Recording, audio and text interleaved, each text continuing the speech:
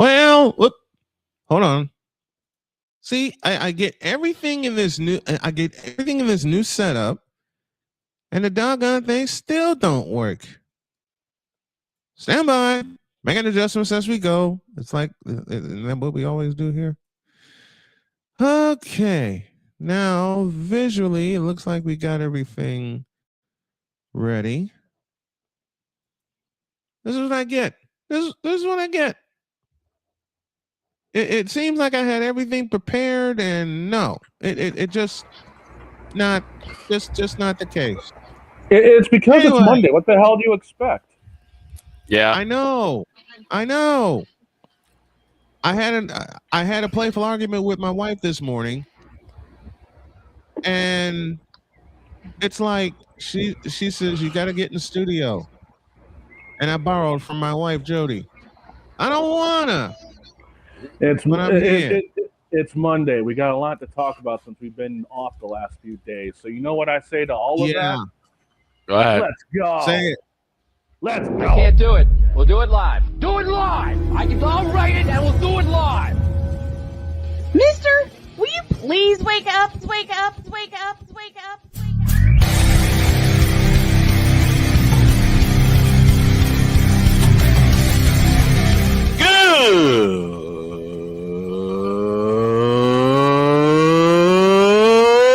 Good morning. Snowman here to all you Brock Purdy and San Francisco 49er haters. Shut up! I gotta thank you, Shane. I mean, whatever happened to the games where breaking 100 points was, I don't know, unusual?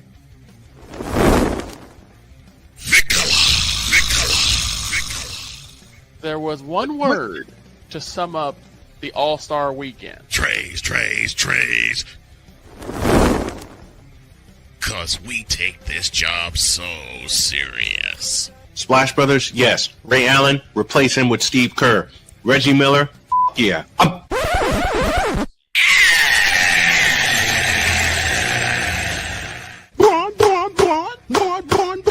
What in the all types of blue hell?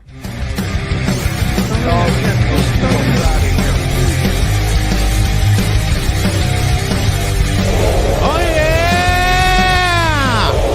Let's go, baby. Let's do it. The crew is back together. Oh yeah. And we're about to raise some hell. Let's do it.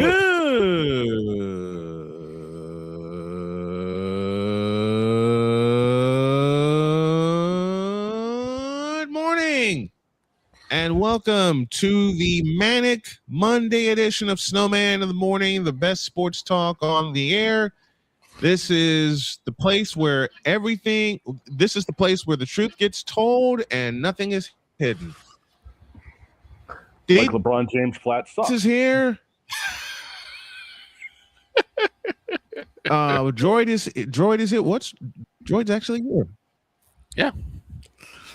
No, because he said he was at the dentist, and I didn't know if he'd make it back in time. Victor's here. The dog is here, and the dog ain't gonna like me in about 2.5 minutes. I have 3 words for the dog. What did you do? I have 3 words for the dog when he said about LeBron's defense sucking. The utter blasphemy. Shut up. Speaking of defense, we got a throwback to 1990. I'll tell you later. We got a throwback like to it's 1999. What? Shut up. I was getting there.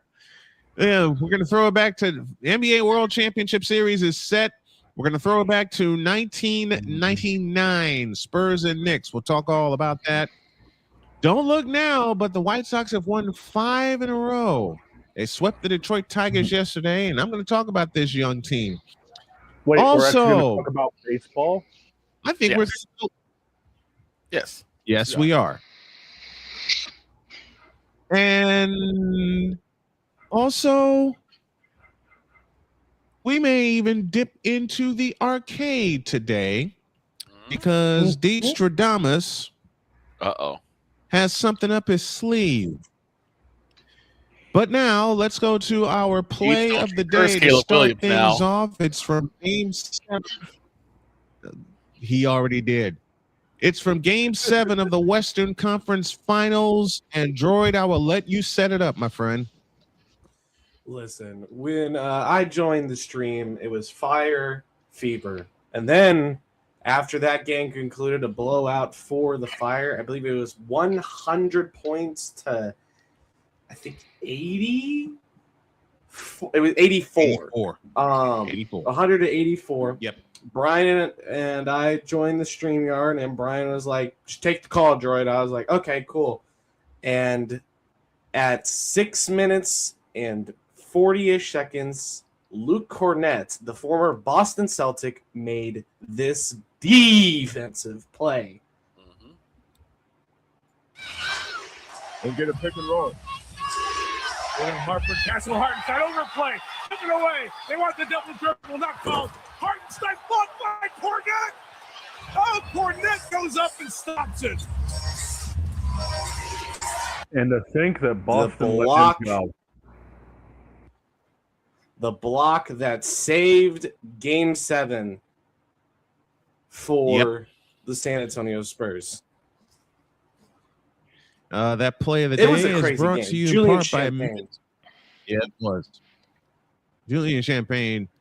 Was Wemby the conference finals MVP, or was it Champagne who was the conference finals MVP? We'll answer that in a moment. Our play of the day brought to you in part by Mint Mobile. Now you can pay for mobile service 3 months at a time to a year in advance. Visit mintmobile.com for all the details, and visit mintmobile.com for a very special offer. 3 months for $45. I took advantage of that. So did my wife. Mintmobile.com is where you need to go. Unanimously, Victor Wembanyama was the Western Conference Final MVP. Wemby. And rightfully so. Okay, I'm going to take an idea from Dietz. We're going to wrap up the weekend whip around style like this.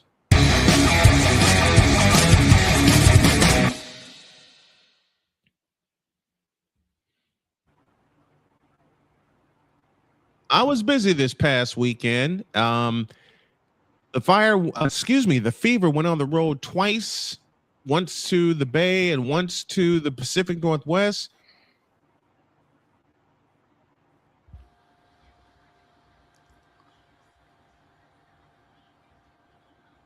And he mooted. Mooted, sir. He mooted. Will you quit? Will you get out of my truck? Let me try this again. I'm not in your truck. Yes, you are. Fever, the Fever went on the road twice against the Valkyries on Thursday and the Portland Fire on Saturday. And unfortunately, they lost both. They lost to the Valkyries 90-88. They had a chance to tie or win the game, but Aaliyah Boston missed a 15-footer. And they got blown out in Portland, 100-84 in a defensive debacle. I will talk more about that later on this week. And trust me, I got a lot to say.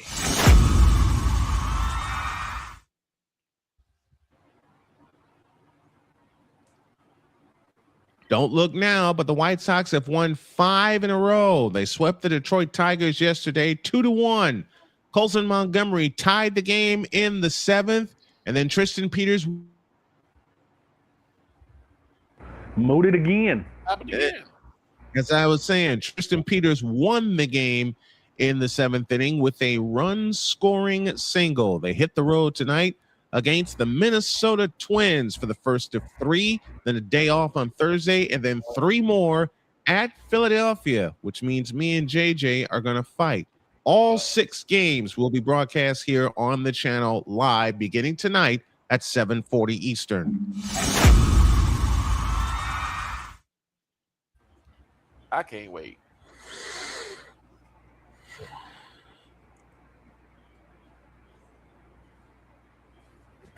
White Sox baseball is back, baby. And And there's something else going on. We like to call it the Stanley Cup Final. We'll talk more throughout the week, but it begins tomorrow night. Shut up. It begins tomorrow night. I'm going to put the headset on for that also. The Vegas Golden Knights, who vanquished, beat up, drilled, and smacked the Colorado Avalanche, the preseason favorite. Not only did they beat them up, smack them, and kick them in the ass, they swept them 4-0. They will face the Eastern Conference. I'm going to be busy. I'll put it that way. Jeez. I'm going to be busy because I'm going to have like 4 monitors in here doing all this stuff. The Vegas Golden Knights and the Carolina Hurricanes begin the series in Carolina. That will be tomorrow night. 8 p.m. is our pregame time. 8:30 for the face-off, and I think Jordan will correct me if I got that wrong. But we'll have not only the Stanley Cup Final here on the channel, we'll have the NBA World Championship Series, and we'll have some baseball, White Sox baseball, as we revive our baseball coverage. Just had to put it on the shelf for a little while Snowman got healthy. I am back. I'm ready to roll. And that's the Whip Around presented by Fanatics.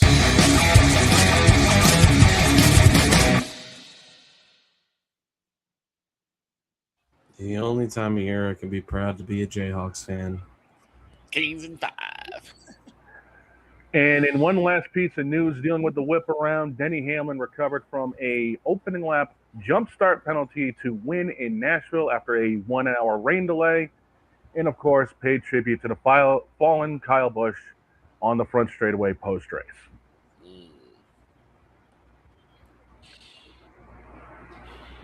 Well, I thought we'd be able to go to a break, but I think we got to wait a couple minutes because StreamYard is being StreamYard right now. That's why I've been playing around with other carriers. So stand by with us, folks. We're going to go to a break in a moment, but I'm going to give the floor to Dietz for a moment, and I'm going to start with a question. Actually, no, I'm not. We're going to wait to take our break because there's a story that Dietz has wanted to hit. False start, yes. False start, yes. False start, offense. You know, and that everybody usually but the happens. center. No, everybody but the center. But that's the best call. Hey, wait until we start quarter number 6. Yeah, wait till quarter number 6 gets here. Quarter number 6 between the Green Bay Packers and Dietz and Victor's Dallas Cowboys. Yep. Good Lord. And you got to call it quarter. I'm waiting on commercials to load here, folks. And you got to call it, you got to say quarter number 6 because they played 5 quarters of football last year and nothing got settled. Why? And it was in a tie. 40-40. 40-40. It ended in a tie, 40 apiece. We got Damian Hernandez in the house with us. Do y'all think Underdog will make SGA Operation Board Game now that OKC is out? Oh, geez. Here goes Damian. Ooh. Napoleon brings up a point. I did. Dear Athletics, what the heck was that game yesterday? I'll tell you what that game was yesterday. 13 runs in the 3rd inning. Oh my God. I'll tell you what that game was, and I'll quote Dale Earnhardt, an ass kicking. The New York Yankees yesterday trailed 3-0 going to the top of the 3rd inning. Who was the starting pitcher? By the time the top of the No. I have a better answer, but I won't reveal it here.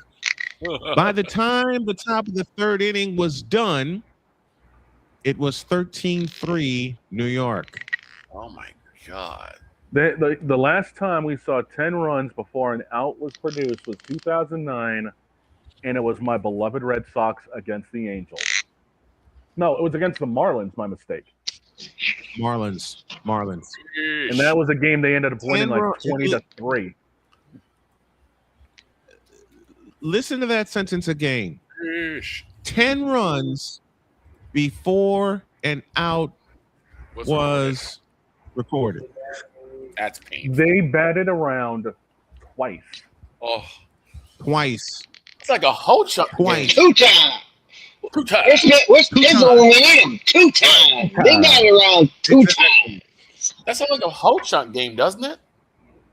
Yeah, it does. Victor and I did when Victor and I would cover travel ball.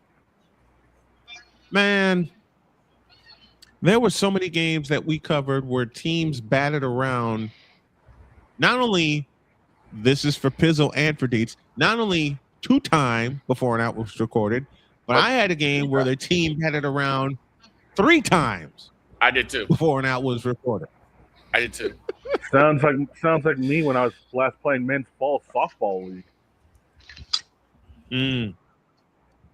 Well, let's move on here. Don't look now, but the Chicago White Sox are cooking. They entered this weekend 4 games back of the Central Division lead. Right. And thanks to a sweep of the Detroit Tigers, they are now only 1 game back of the division lead. Wow. That offense has been firing. I told everybody to keep their eyes on this team, even after we got blown to smithereens by the Milwaukee Brewers and blown to smithereens by the Florida Marlins. After that Florida Marlins game that I did, Victor and I had a conversation, and Victor asked me, well, you know what? I'm going to do it. I'm going to do it this way. I haven't done it like this in a while, and I'm going to do it today.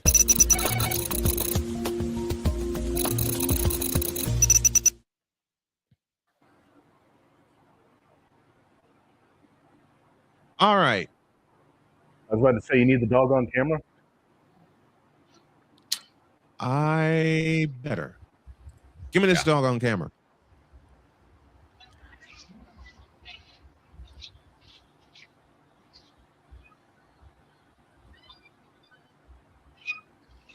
Moody.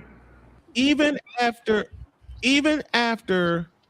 we got blown the hell out in the 2 games that I did, and I've done 2 other games since then, I had to put the White Sox on the shelf because I had health problems here. We had a lot going on here at the house, and I had to figure out which way I was going to go with my coverage. And then the fever season started, and y'all know the end of that story.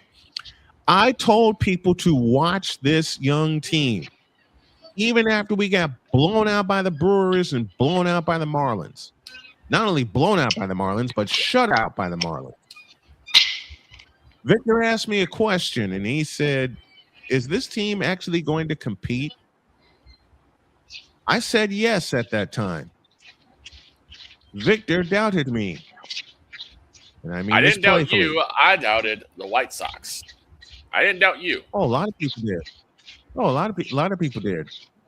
And when you Now talk look about at these young guns. when you talk about a game, the first game where you score the first run and the last run, but you don't score anything past that. Don't do anything in between that. Right. How can you blame me? No. Could you blame me? Because I went off after that game. We both did. We both went off after that game. I think the White Sox hurt us. But these young kids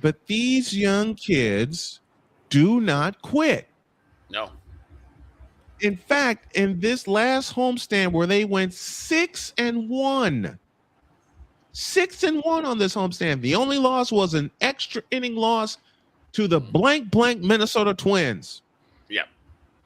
5-3 was that final score. That was the only loss on that homestand. Now they're 5 games above 500.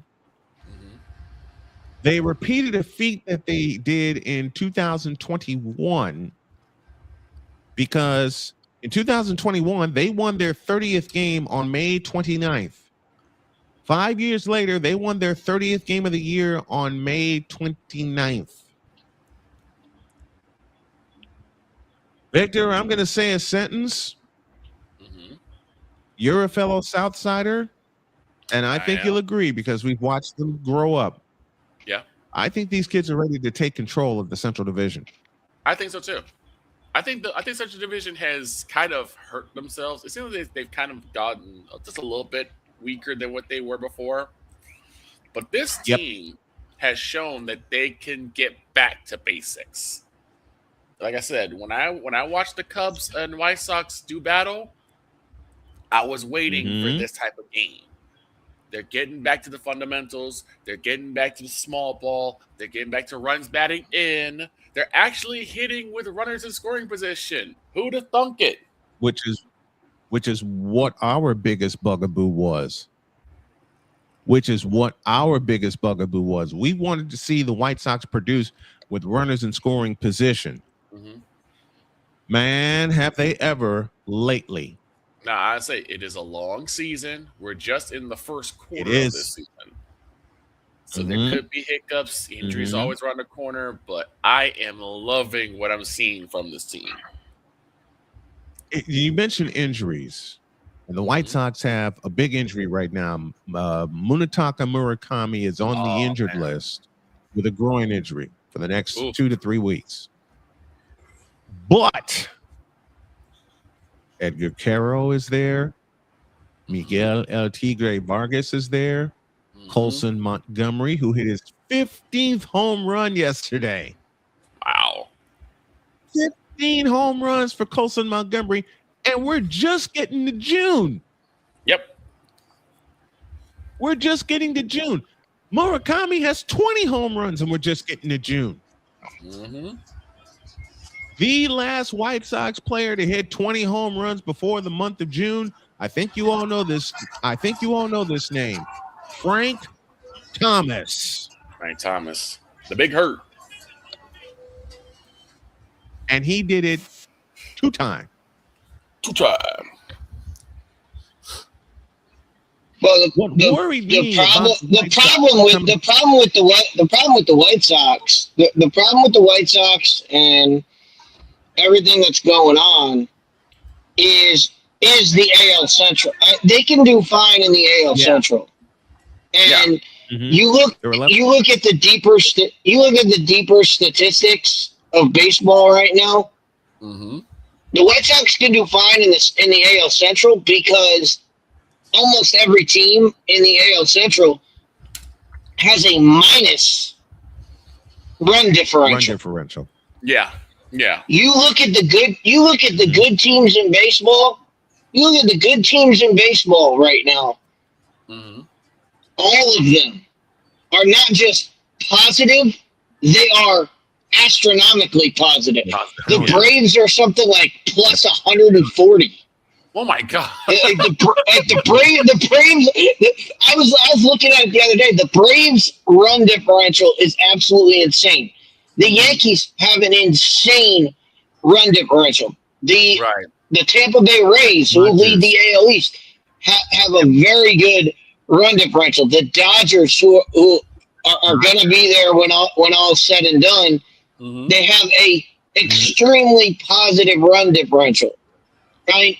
The only team that is, I say, struggling, which is really funny, is the Pittsburgh Pirates. The Pirates are the only team that has a positive run differential, and they're like fourth in their division, but they have a positive So that's what you need to be looking at right now, because it's always good to win games. It's stack your wins when you can, but if you're winning games by the skin of your teeth, one run here, one run here, one run there, if you're winning games like that, right? When it's we just turned the corner to June.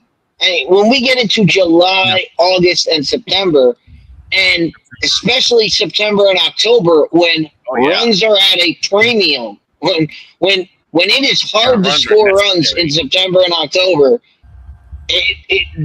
that's what you should be looking at right now. Is, are you producing enough runs for your pitching staff? Right. Well, to your point, Dietz, I'm looking at the run differential right now. We look in the American League Central Division. The White Sox are at +8. And for a long time, they were like minus 51 and then minus 21, when the season started. Right. The Indians and the White Sox are the only two teams in the Central Division with a positive run differential. Only two teams. Minnesota, Kansas City, Detroit, in order, minus 21, minus 59, and minus 39. Right. The Tampa Bay Rays have a plus 19 run differential. The Yankees, as Dietz mentioned, they're at a plus 98.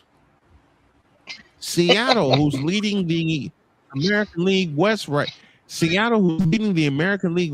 now, and they're getting ready to pick up the pace and run away, have a plus 30 run differential. The Atlanta Braves, y'all ready for this number? Their run differential is a plus 109. My God. 109. It's insane. The Washington Nationals and the Philadelphia Phillies, the only two teams in the National League East. Washington has a plus 1. Philadelphia has a minus 26. I'm going to say this, as no one's going to know exactly where I'm going. That's Region Redbirds numbers right there. Oh, man, look. We'll talk about the Region Redbirds at a later date. But the Region Redbirds used to put up stupid numbers. Stupid. Okay? While I'm talking baseball here.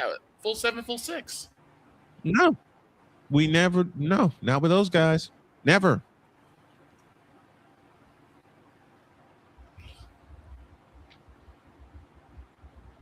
Oh boy. Oh no! Now what? Droid, I see her note. We'll get to that in a minute. I quit. Now I gotta since we're talking baseball, let me ask a question about something I saw yesterday. Mm-hmm. Yeah. I saw a commercial for, and I know everybody's probably seen it. I've seen a commercial for the Banana League. Yeah. Yes. And they're like, how they're like the Harlem Globetrotters of baseball. Mm-hmm. Yes. I see this commercial, and I ask myself, if these guys can do this, why aren't they Major League Baseball players? If you can catch the ball and do while doing a backflip. Right. Why aren't these people why aren't these guys doing it professionally? What? It's the same thing I always asked about the Harlem Globetrotter. I always watch them, and I was like, "There's something off about what I'm watching, because I'm watching you do this, but why aren't you? If you can do this, and you see guys flip the bat in their hand, actually flip it up, catch it, and still pop and still hit the ball, and I'm like, how do you do this? And how are you not how do you not just craft your hitting to be a professional hitter? Right. Because almost 75% of the Banana Ball League is made up of former MLBers, basically players who could not make it in the MLB. Right. So by the time that they're already in Banana Ball, their contract's up, their chance is over in the MLB, and the MLB will. And just Trevor Bauer is a good example. The MLB doesn't give second chances. They never have given second chances. They never will give second chances. It's an MLB problem, not a player problem. It's just weird. It's just weird to me, because it's hard enough to hit a baseball, but for a guy to be doing it while spinning the bat, and then just swing, I'm like, what? How is no one like, hey, I want that guy? I asked Dietz's question. What are we doing? And I'm sorry, Joy, but Damien has a suggestion for your Royals. Oh no! I'll read it. Jump in the waterfall. Don't even read it. Don't even read it. I'm too tired. He's not too even tired. in the mood to hear anything. Hey, you man. had some OBJ news. Before we, yeah, go ahead. So man, George is thinking, I'll be scared later. Right now, I'm too mad. Right now, I'm too mad. I think he's going to be saying that a lot. Yeah. For a while. Now, what is anyway? OBJ news? Watch this. Watch this Hold on. Watch this White Sox team. Will it continue? We don't know. All right. It's a long season. You play 162 games. Mm-hmm. We begged for the White Sox. Man, give me this camera. We begged for the White Sox to get back to fundamentals. Well, given the fact that they're a game out of first place and they won yesterday with a run-scoring single, and they had a couple of walk-offs during the Twin series where they won 3 out of 4. Right. I'd say they're getting back to fundamentals. And I'll give you a name to look for. And I know I'm being very, very premature when I say this. A name to look for in a hopeful Cy Young conversation. They have a lefty by the name of Anthony Kay. Mm-hmm. It gives me very few, but a few Mark Burley vibes for this left-hander. Right. Watch that name and watch these White Sox. Now that we turn the corner into June, time to see what they're really made of. Is the hype real, or is it just a hype train that's ready to crash? I'm hoping the former, not the latter. That's Snowman's take. What's yours?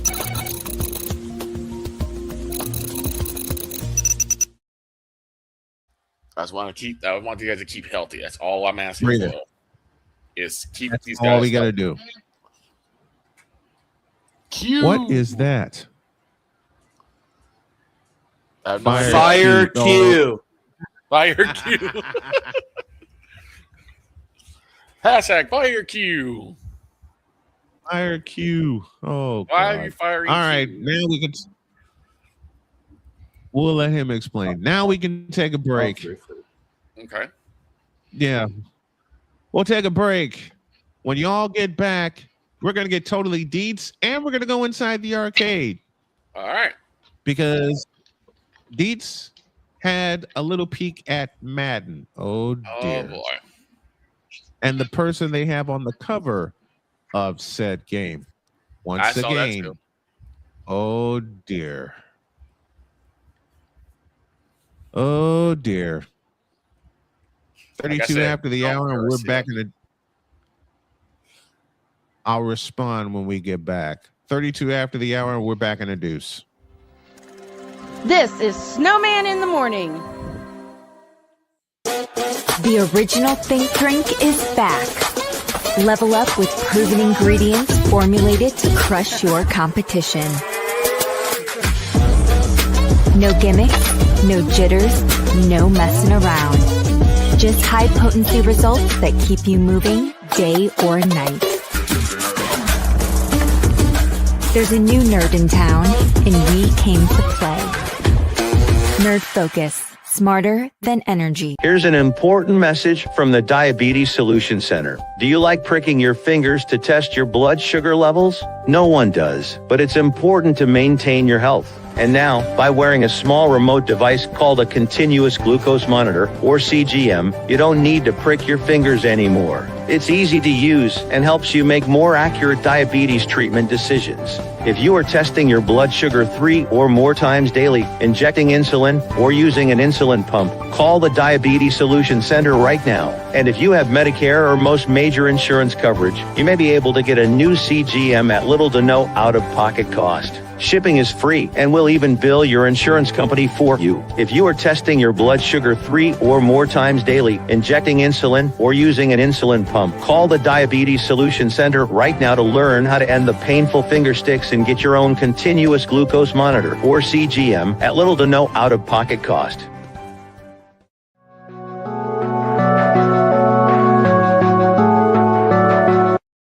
I want to do a TED Talk, but I don't have anything to talk about yet. I'm getting there. Life is for the living. We're not here that long. You can learn anything you want to learn without any money spent. What do I really enjoy? What do I really want out of life? I am your host, WIZE. Are you in a life holding pattern? Well, this is for you. Welcome to the Stuck in My Mind podcast. Live every Monday, Tuesday, and Wednesday at 4 p.m. Central.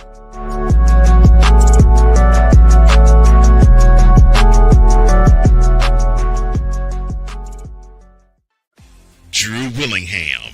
In this case, yeah, you put the blame on Kyle Shanahan for apparently not preparing the team enough for the overtime rules, supposedly.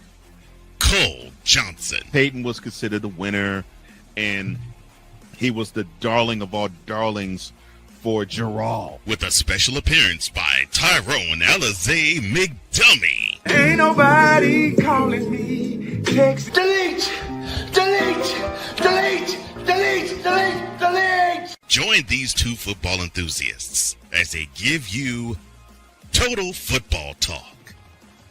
Live every Monday at 4 p.m. Eastern, 3 p.m. Central on the Sertoba Media and the Comey Media YouTube channels.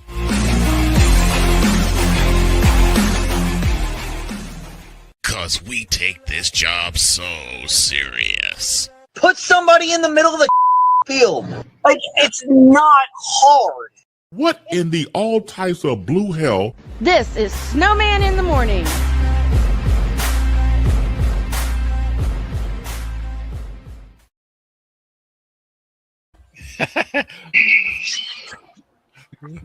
The rage of deets. Put somebody in the middle of the blank field.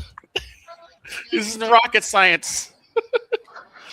We'll see if they get somebody in the middle of the field on October 17th. We'll see.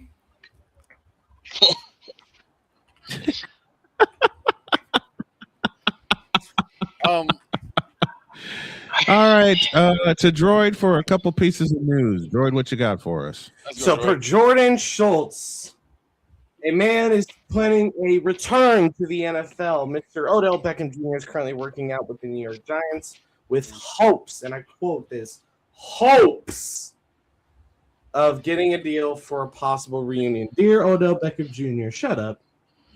So OBJ wants to return back to the Giants? He wants to go back to the Giants for one last year to end his career. Dear Odell Beckham, you're fine. Maybe. I mean, if he shows good light, I mean, they'll probably sign him on a wide receiver 3 type deal. Yeah, probably something not too crazy. I don't see him getting any more than you put him in. You slot him in until Neighbors is back to being Neighbors. I mean, Neighbors is coming off ACL surgery, so they're gonna have to. They're gonna have to ease Neighbors back in. And why not? Yeah, why not maybe because elite Neighbors and who else? That's gonna be the Wanda Robinson. I'm saying this kiddingly. I want anarchy. I want him to complete the workouts and say, "You did great in the workouts. You did great. You fine." Will that happen? No. Malik Neighbors, Darius Slayton, Darnell Mooney, Calvin Austin III, Malachi Fields, and Jalen Hyatt. Malachi Fields. Yeah, Jalen Hyatt, one of the worst draft picks of all time. He's better than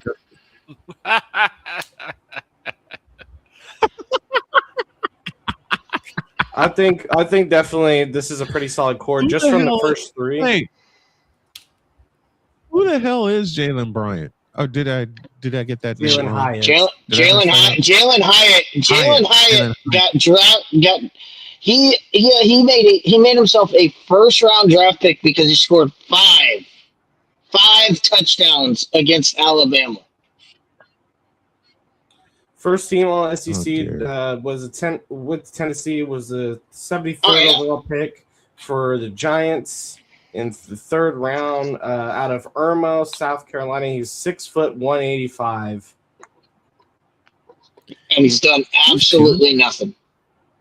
And he's done absolutely nothing in the NFL. And guess whose number he wears? What number does he wear? 13. Never mind. But I like this. I like this first four. I like Malik Neighbors, really great wide receiver. It's just that ACL surgery is going to be a big question mark. Darius he's been that veteran guy for the team for the longest time. Darnell Mooney signed out of Atlanta, former Bear as well. You know, he was solid both in Chicago with Justin Fields. You know, with the limited amount of quarterbacks he's had to work with, I think Jackson Dart will definitely be a breath of fresh air for a guy like Darnell Mooney, because you got to remember this was Darnell Mooney's quarterbacks when he was in both Chicago and Atlanta. Mitchell Trubisky, Justin Fields, Michael Penix Jr., and Kirk 2 Chainz Cousins. Say no more. So I can't wait to see what Darnell Mooney does. 41 after the hour, and we got to get totally Deets because Deets had a bone to pick with me. Passionate. Come after me. I'm a man. I'm 40. Unflinching. Let's go back to losing. Parking was easier. Unrelenting. They're not going to keep him off the field tonight. Totally. This one has a chance. Deeds.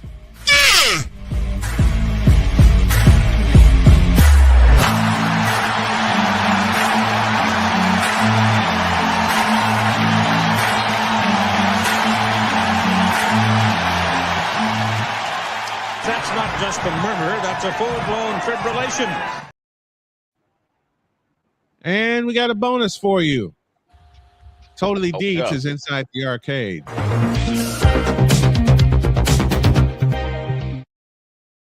Oh, I love that. I love that. Good. Oh yeah, we got the controller going. We got the controller with the different colored battery pack too. Yes. That's right. That's right. That is from my childhood. Yep, you can go little Xbox 360 controller going. Oh, okay, yeah. I don't like me. It's not bad. I had a brand new Xbox One controller because I play new gen, and it sucks. Okay, Deeds, what you got for us in the arcade today? Now, I know it's got a lot to do with Madden, so let her rip. So, we all know the new Madden 27, is coming out soon. And what's happened is I've taken to watching. I watch a lot of these guys. I watch a lot of guys play Madden, and I watch guys who play full seasons of Madden. Like, not just, I watch him play one game, or I watch this guy do this. No, I have watched guys. I like watching guys that play full careers or do full team builds, and they do multiple seasons and all of that stuff. And all these guys are great. Look, I'm going to say not the expert, Mr. Hurricane, gamer ability. They all do this. They play not just Madden, but they play college football 27. And by the way, Madden and NCAA football, get your act together. Please. Get back to the old ways of where you could take your class, your game from NCAA and import it into Madden, so you could. That was the only reason I bought. The only reason I would buy Madden back in the day is because I could take my college teams and import them in and see where my guys got drafted instead of the way they do it now, where they just tell you, oh, this guy got drafted in the first round. You could actually go in Madden, simulate a season, import your guys in, and let the CPU draft your guys and go, oh, my guy got drafted, 12th. My guy got drafted 23rd. My guy got drafted in the third round to this team. Like, it made everything fun. So get your act together, put everything back together so that everything is seamless. That being said, I watch these guys play, Now, they do a great job with their presentation and everything. All of that is fine. It's awesome. I love watching Hurricane because he like calls the games. Like he'll play the game, but he'll actually call it. I used to do that too. And I used to do that too while I was sitting here playing. And, it just makes the game more fun. And I usually don't listen to the announcers that they have because I don't. It's all pre-recorded and it's all the same stuff. And I'm like, I don't need to listen to that.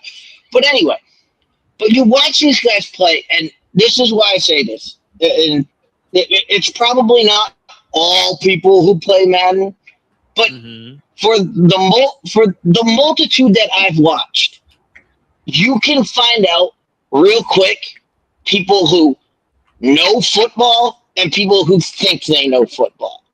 Yeah. And I'll give you the example. And I'm going to use a team that we all know the pieces, so you don't have to be like, oh, who's that guy? Who's it? So I'm going to use the Dallas Cowboys because we all know their wide receiver crew. We all know their wide receivers, and it's just easier to do it this. It's easier to do it this way. I would use. You could do this with any team, but I'm just doing it this way because it's easier to figure out. Right. So if you come out and you line up and you have CeeDee Lamb on one side, Pickens on the other side. Right. You have Tolbert as your slot. Yep. Ferguson is your tight end. Yep. And you have a running back. Okay? Yeah. Those are your passing route. Everybody's running their passing route. Right. Now, what these guys will do to try to trick you into thinking they know football. They know football. They're going to try to trick you because they're going to come out and say, they'll show you the play, and they'll say, all right, my first read on this play is CeeDee Lamb. Right. My second read is it's the slot guy. My third read is the tight end. My fourth read is George Jenkins or Javon. No. Your read is the corner. Your read is the defense. Where's the defense playing? Going, correct. It's not, hey, I'm looking to this wide receiver on this play. I'm looking at the outside linebacker. Is the outside linebacker dropping into the flat? Is the outside linebacker blitzing and I can dump it off right away? Did the middle linebacker bail out completely and now the crosser is wide open? That's why these guys, you watch these guys play and they throw massive amounts of interception. They throw interceptions on they probably throw about 3 or 4 picks a game. Why? Because they're looking at wide receivers and they say, oh, CeeDee Lamb's my first read. Oh, he's one-on-one. I'm going to throw it. And there's a guy sitting right there. And I'm like, every time I'm watching these guys play, and it's every single one of them. And again, it's nothing with their content. It's nothing about them. They don't read the defense. I watch this and I'm like, I watch it and I'm like, throw to X. And then they throw it. By the time they realize X is open, the guy's covered. The guy's been recovered. And right off the rip of the play, I can go. I can tell you who the throw is supposed to go to, and almost 90% of the time you can figure it out. Now, that's my problem with Madden. That's been the problem with Madden. That's been the problem. That's the problem with football games in general. Every football game, not just Madden. But you go back to Tecmo Super Bowl, you go back to NES Play Action Football, you go back to any quarterback club, any football game, there's 2 to 3 plays that are just OP, and they just work. They work no matter what happens, they're going to work. And that's my problem with Madden is once you find those 3 plays, You can just spam those 3 plays and basically be done with it. So yeah, but getting back to my point, that's how they try to trick you by saying, oh, I read this wrong, or oh, my read on this play is they're pointing to the wide receivers. Your read is the defense. You don't read the route. You know the route the guy's running. Right. The question is there a guy that can stop it? Who's the guy that's going to stop it? If you've got guys running over the middle of the field, if you're running slants, well, if the linebackers don't move, well, the slant's going to run right into them. Right. So when you're watching a play develop, you're not reading, oh, my receiver's running an in route. You're reading, all right, my receiver's running an in route, but the linebacker's covering it. So there's got to be somebody on the out route that's wide open. There's got to be somebody else doing something. Oh, I have a guy running deep. Oh, they double covered him? Well, then somebody's got to be open. And it's laughable. It's laughable. I've literally listened to these guys. I was watching Hurricane yesterday play, and he throws an interception, and he goes, I don't know why that guy threw an interception. I'm like, because you hit square. You threw to square when X is running wide open, and you didn't see him because you were looking at one receiver the entire time. You know what? To piggyback off that, I remember watching one guy. He was doing the same thing, and the thing that gets me is like they show you the player art. They show the art that says, okay, one guy's going left, one guy's running a post, one guy's running a slant, one guy's throwing like a curl or something like that. You see the play. The play art is there. He goes in. He's like, I'm going to hit this. My first read is to B because he's going to be on a fly route. One problem. He's going on a fly route, and when he throws it, there's 2 guys there. So it gets picked. Yeah. It's like you did see them like both move, the safety and the corner, both move to the right. So you did see them right there, right? Meanwhile, it's just laughable. Open. Like if you want to destroy that, I mean, the CPU never changes, and that's been the problem with Madden. I think the only one that's really done this was the first NFL 2K. I think it was 2K4. Yeah. They actually adjusted the AI in that game adjusted to your play. Right. So if you ran the same play 4 times in a row, instead of Madden, like what Madden does, if you run the same play over and over again, it will just spawn people. Guys will just magically spawn in to break up the play.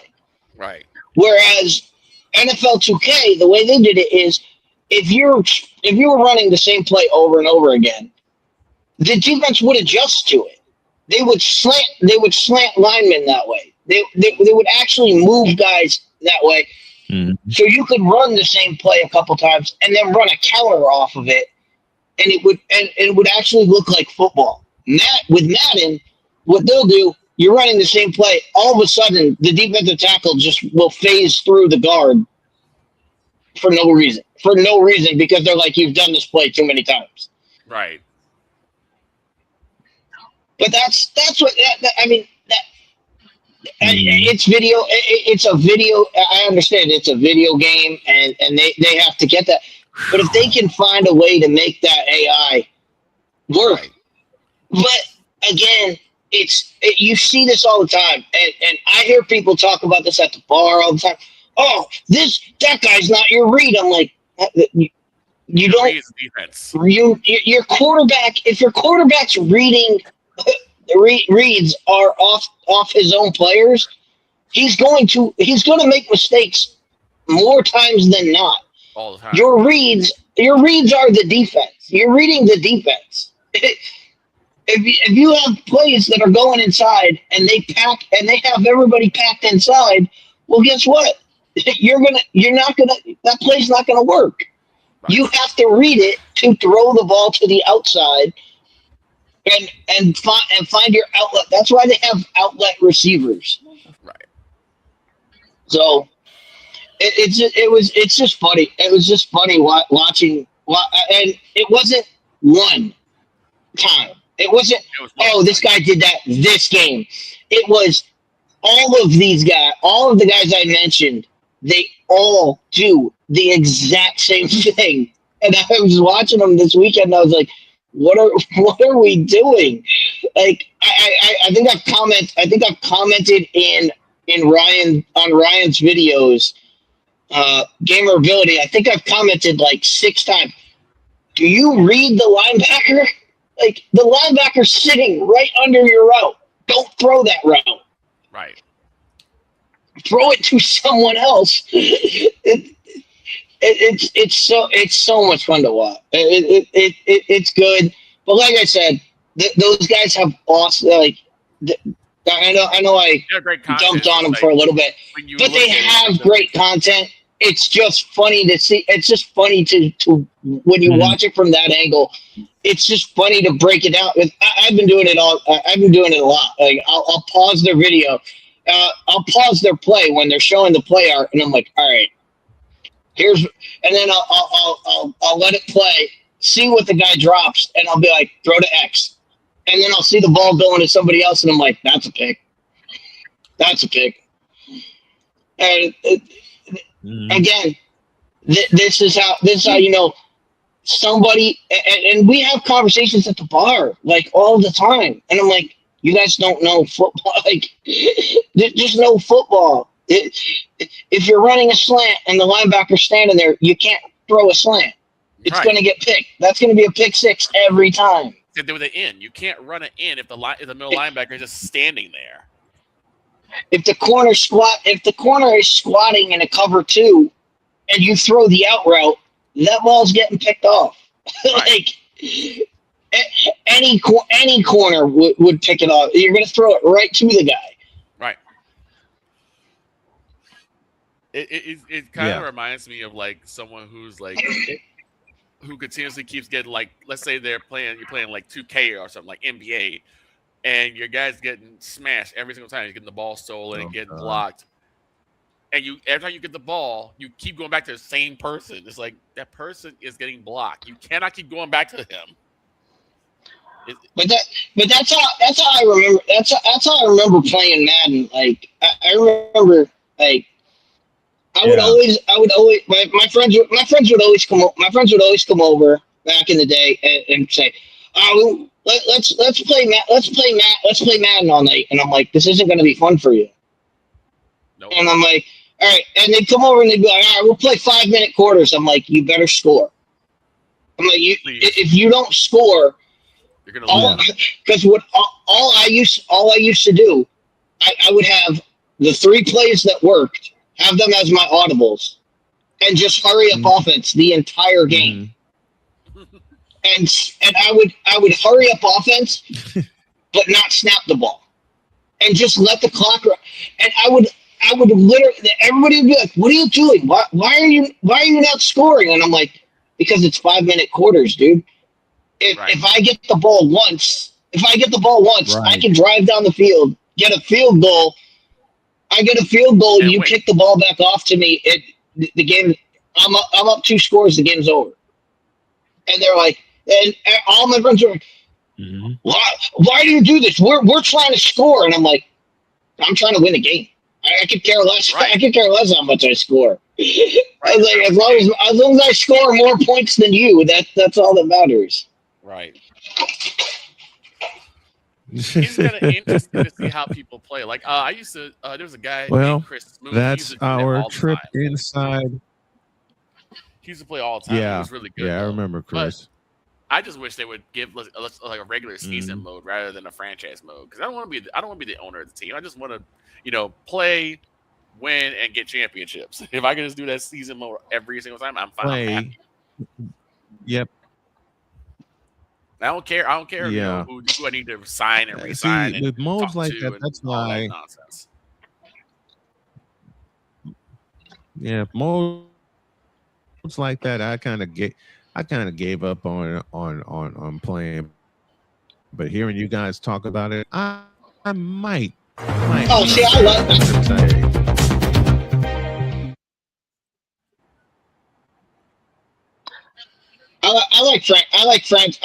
I like franchise mode, but I don't play the games. Right. Like I don't influence the games. I just watch them. And okay, so you do the other way, where you make the decisions, but the games are like you watch the games rather than play. Yeah, I don't because what happens is if I play the games, my team's going to be 16-0, and then it's not fun. Like I want to make my decisions. And I mean, there are so many things that you can do. Like one of the cheat codes in Madden. What I used to do at the trade deadline, I would just think, all right, Arizona Cardinals, you can have my first round pick and I'll take yours. And they would do that trade every year. Every year they would trade me their first round pick for my first round pick. I knew my first round pick was going to be 32. So they're giving me a top 10 pick. I would just rank whoever the worst team is at the trade deadline, trade them my first round pick, and most likely I would have a top 5. I'd have a top 5 pick going into the next year. Because the end is the Arizona. So you could trick people. We're at the top of the hour. I have a special commercial pack that I'm gonna run. When we come back, Kansas baseball blows the doors off the joint after trailing 5-0. And the NBA World Championship Series is set. And if you haven't been watching, then shame on you. We'll tell you the two teams that are involved, and we're going to party like it's 1999. And then Jay Spivey will join us to talk Carolina Hurricanes and their second appearance in the Stanley Cup Final. It's the top of the hour. It's a Manic Monday, and we continue after these messages on the Snowman Multimedia Sports Network. Back in the deuce. This is Snowman in the Morning. The original Think Drink is back.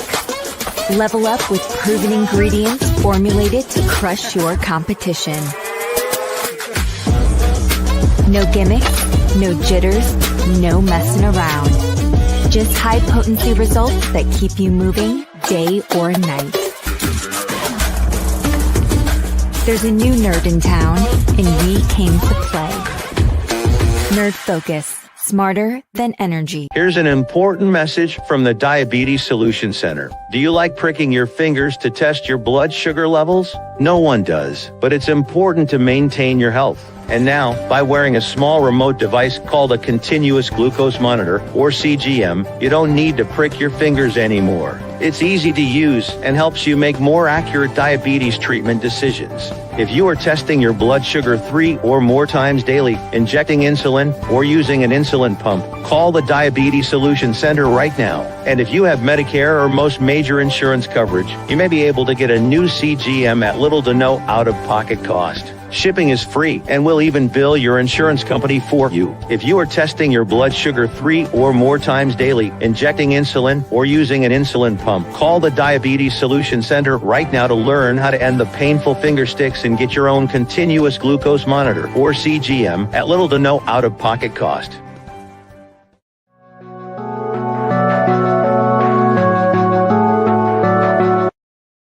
I want to do a TED Talk, but I don't have anything to talk about yet. I'm getting there. Life is for the living. We're not here that long. You can learn anything you want to learn without any money spent. What do I really enjoy? What do I really want out of life?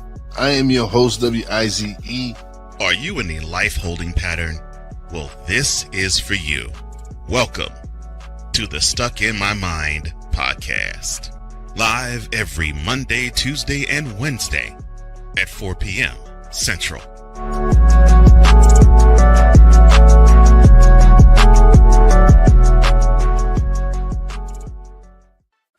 Drew Willingham. In this case, yeah, you put the blame on Kyle Shanahan for apparently not preparing the team enough for the overtime rules, supposedly. Cold Johnson. Peyton was considered the winner, and he was the darling of all darlings for Gerald. With a special appearance by Tyrone Alizé McDummy. Ain't nobody calling me. Text. Delete. Join these two football enthusiasts as they give you Total Football Talk. Live every Monday at 4 p.m. Eastern, 3 p.m. Central on the Sertoba Media and the Comey Media YouTube channels.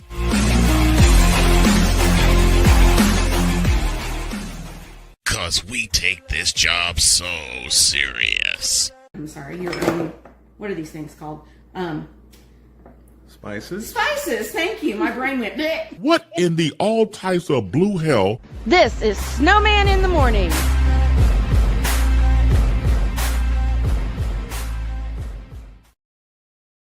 The legendary Dr. Yes, in case y'all were wondering. Yep.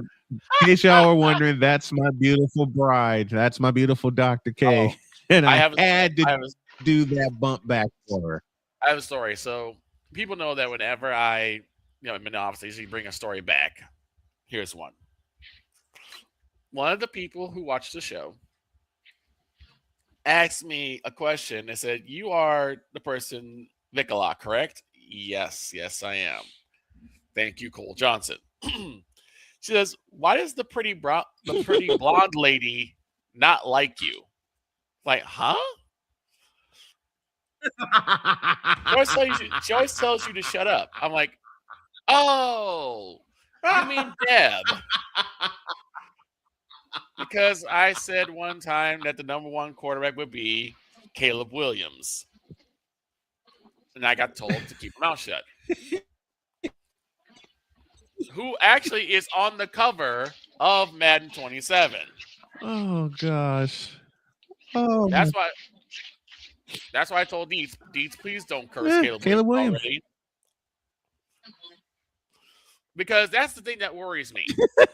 He's on the cover. Now, mind you, the last person on the cover was who? Saquon Barkley. And what happened? Saquon Barkley.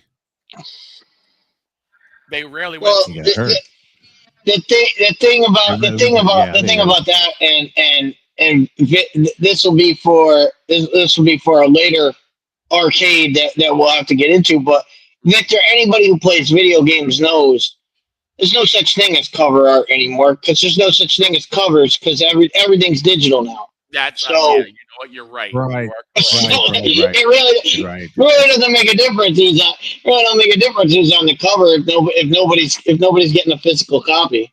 That's true. That is true. That is true. Because everything is digital now. All right. It is 11.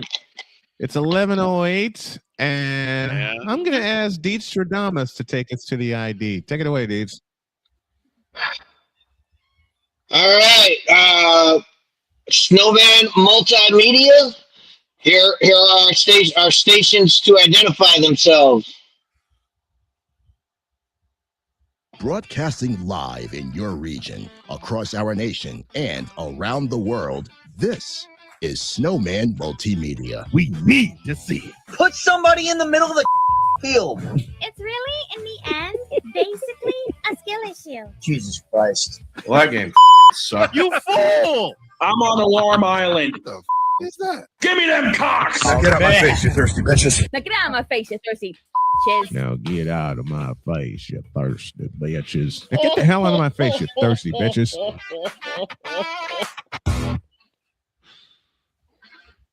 I must have either been high on caffeine or drunk off my ass to come up with that package. And it's one of the favorites. Or all three. Or all of them, yeah. Before we get into the NBA World Championship Series, I got a few surprises. Okay. Here's the new bump back I created for the Dawg. Cause we take this job so serious. I'm on Alarm Island. Give me them cocks! What in the all types of blue hell? This is Snowman in the Morning.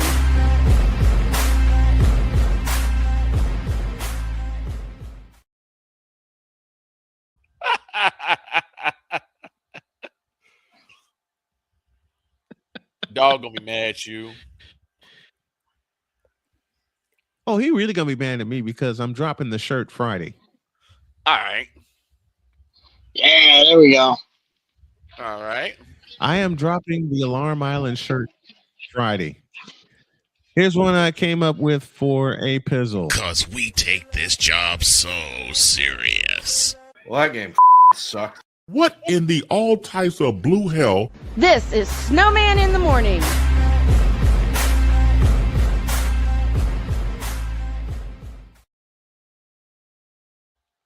Because of Tua turning the ball over.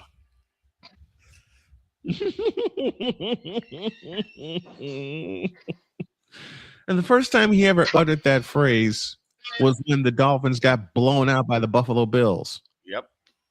First time he ever From uttered, Tua first time he ever turn uttered that phrase. the ball over to Malik. What you talking about, Willis? Exactly. Yes.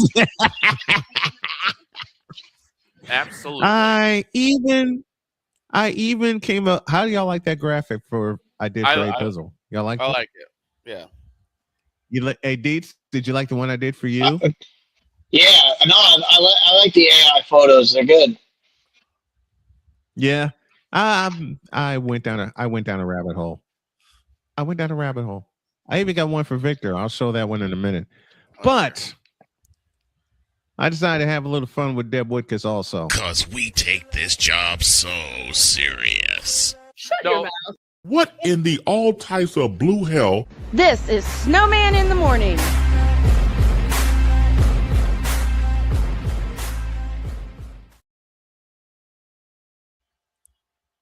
Her, and she laughed her head off. As a joke only. What'd I say? What'd I say?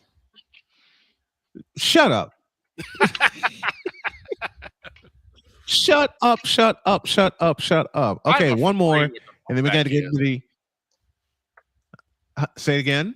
I'm afraid for what my bump back is. I'm afraid. If it's Jarrell Jones, it's fine. But I'm afraid. It ain't what you think it is. It ain't what you think it is. Okay. Here's one I did for Jen. Cause we take this job so serious. It's really, in the end, basically a skill issue. Now get out of my face, you thirsty chiz. What in the all types of blue hell? This is Snowman in the Morning.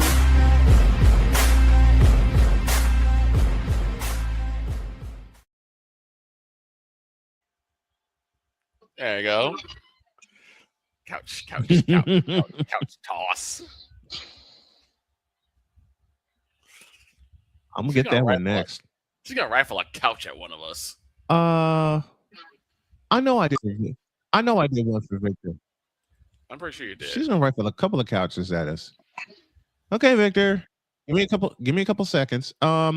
What we got coming this hour? We'll talk NBA World Championship Series. Well, I got this little present I have loading for Victor.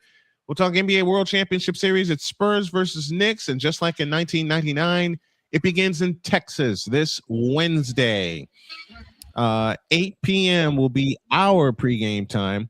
Napoleon says Jen has a couch with your name on it. Why don't we go to the Fanatics feedback zone? Right. Thank you to Napoleon Johnamite, Damian Hernandez. Sports Break Media says good morning. Sports Way with Dre podcast joining us as well. Thank you to everybody that has joined us this morning. Okay, and, Victor, you asked what your throwback is. Oh boy. Here it is. Cause we take this job so serious. Jarrell Jones has no brains. His football acumen is the same capacity as Gun Run's moral capacity. What in the all types of blue hell? This is Snowman in the Morning.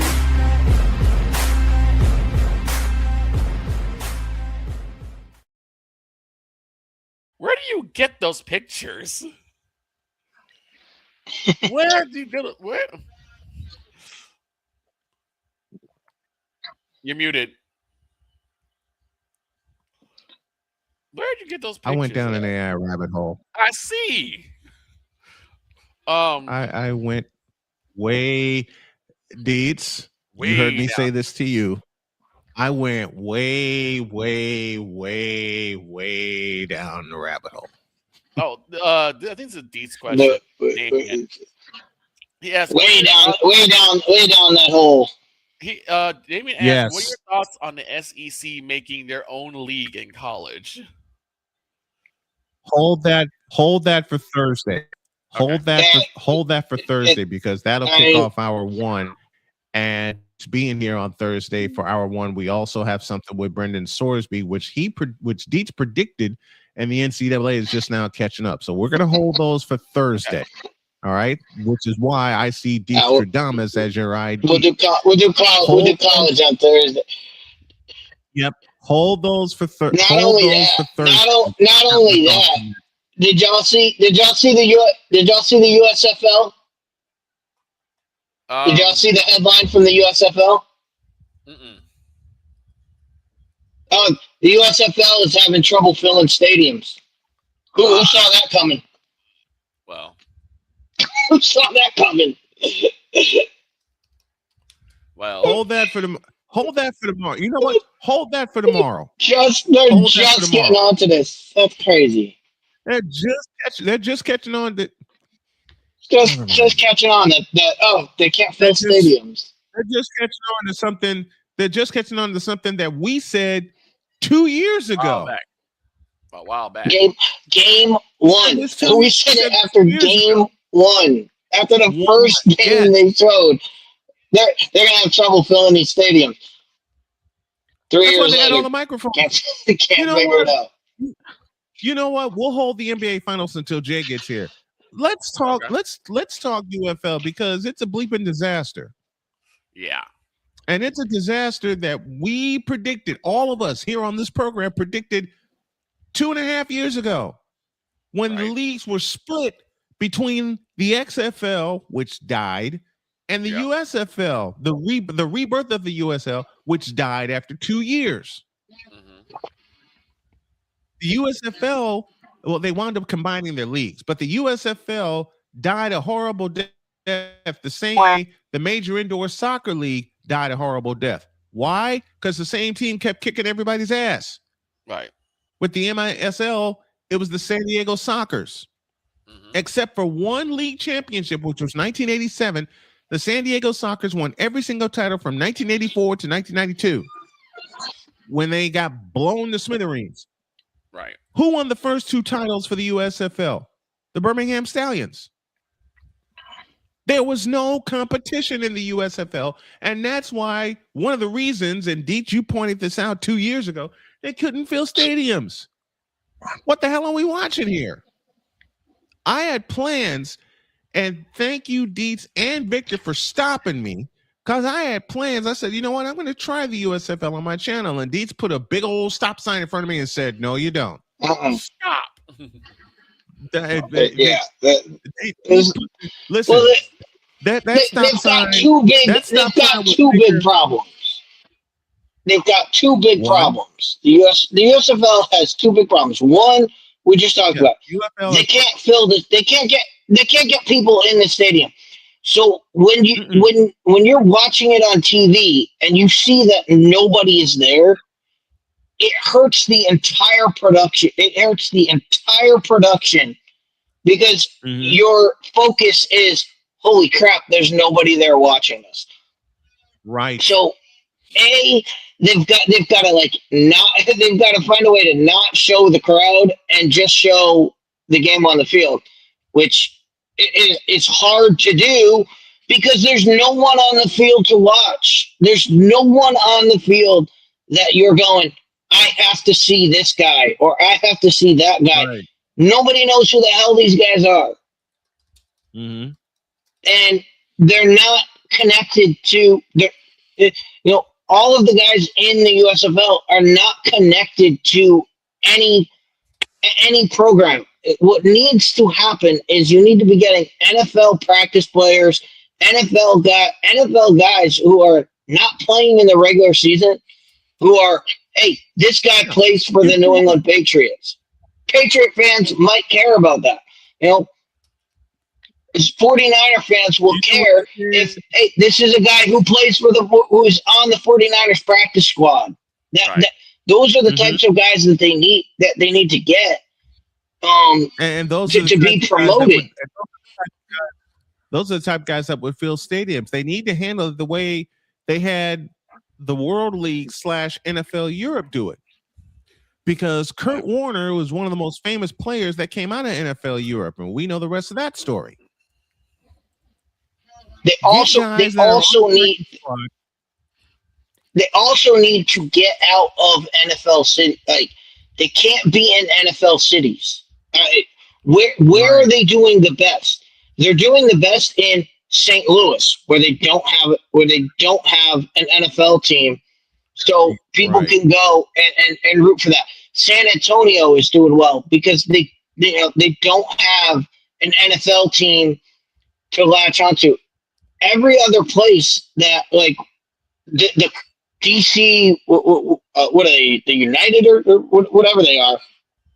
Yeah, the DC Defenders. No one cares. No one cares about them because they care about the Washington Commanders. They care about the Redskins. They don't care about the USFL team in their city.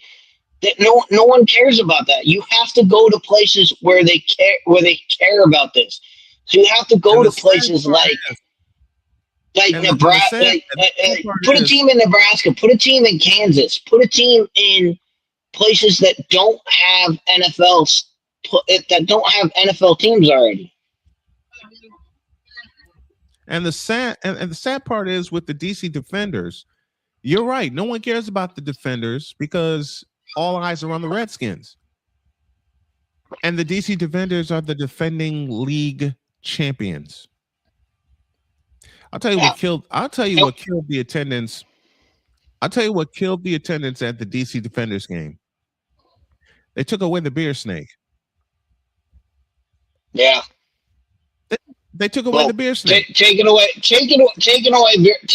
beer from a football game. That's gonna kill it. That's gonna kill it faster than anything.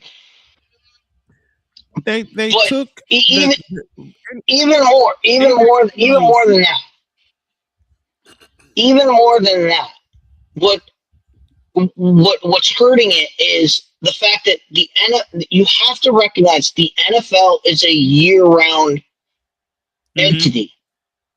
Yep. You know, when the USFL is playing, what is the NFL? They have the NFL draft. They have the schedule release. They're going to have training camps coming up. Like people in Washington they don't care about the Defenders. Why? Because they're looking at the Redskins schedule and they're looking at who the Redskins play week 1. And now the month of June, they're going to be looking at who are the rookies that we drafted. Let's look at rookie camp. Let's look at when guys get to training camp. Let's see what's going on here. That's what that's what people care about. They don't care about these guys who are not part of it. Now, if you had Washington Defenders who were Washington Commanders practice squad guys who were fighting for a job in with the Washington Redskins team, then people might care. They might pay attention to it a little bit. But to have just random guys on the field, no one's going to care. And the other thing is with the media, these big time deals that they have with ESPN and Fox, those are the only two stations that are carrying the UFL right now. Because remember, when the USFL was in play, they also had NBC involved. Right. But now you only got two big networks carrying the games. And the other problem is, and Deech, you brought this up when they first, when both leagues premiered.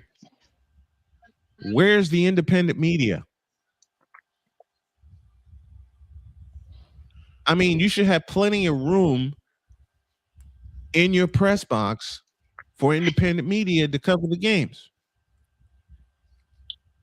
It's a double-edged sword. It's where's the independent media? But even though they have these big, like, these big deals with, as you said, ESPN and Fox. Where's the coverage? Where's the intrigue? Where's the where's the UFL? Where's the UFL game? Player of the week, or why aren't they having these guys on to, guys on there? It's like I said during the first season of, I think it was the XFL, when I was like, why do they not have celebrities on? You need to get celebrities on the sidelines so people are paying attention. So people are like, oh, that guy's on the sideline. I want to see what they're doing. The XFL did that and it worked when they put celebrities, and then they stopped doing it because the traditional media was like, you can't have celebrities on the sideline. They got in a fuss about it. And the league said, we want to be respectable. Well, guess what? Now no one's watching you, and no one cares.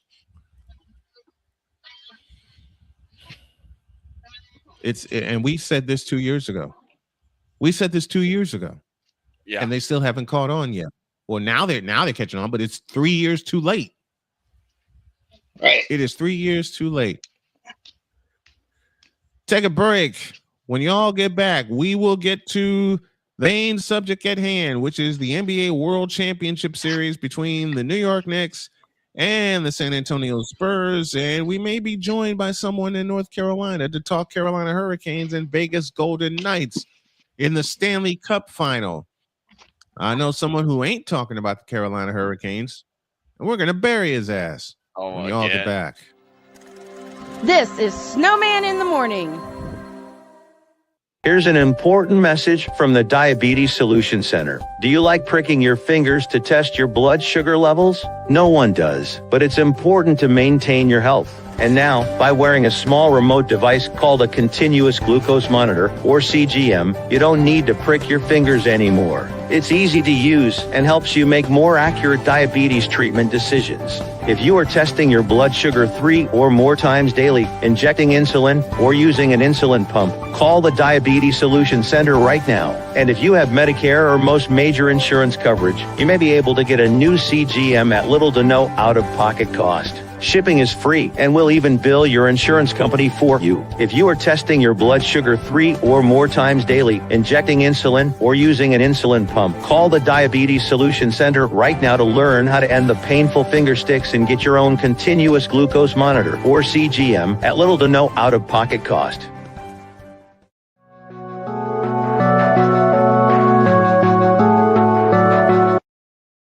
I want to do a TED Talk, but I don't have anything to talk about yet. I'm getting there. Life is for the living. We're not here that long. You can learn anything you want to learn without any money spent. What do I really enjoy? What do I really want out of life?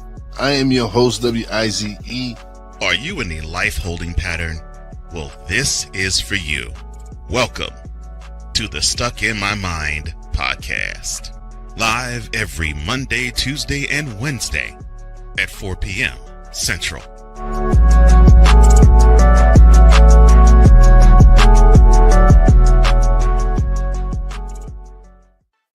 Drew Willingham. In this case, yeah, you put the blame on Kyle Shanahan for apparently not preparing the team enough for the overtime rules, supposedly. Cole Johnson. Peyton was considered the winner, and he was the darling of all darlings for Gerald. With a special appearance by Tyrone Alizé McDummy. Ain't nobody calling me. Text delete. Join these two football enthusiasts as they give you Total Football Talk. Live every Monday at 4 p.m. Eastern, 3 p.m. Central on the Sertoba Media and the Comey Media YouTube channels.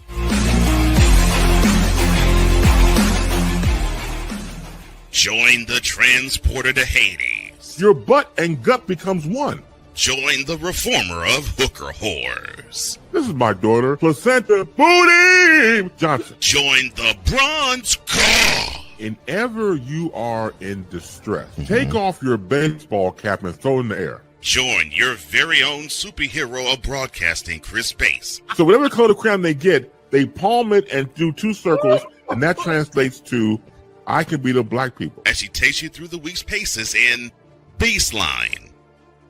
Live every Saturday at 8 a.m. Eastern, 7 a.m. Central, Pacific time zone people, just stay asleep when this is on live and just catch the recording. Oh, I'm sorry. Exclusively on the Chris Bass YouTube channel.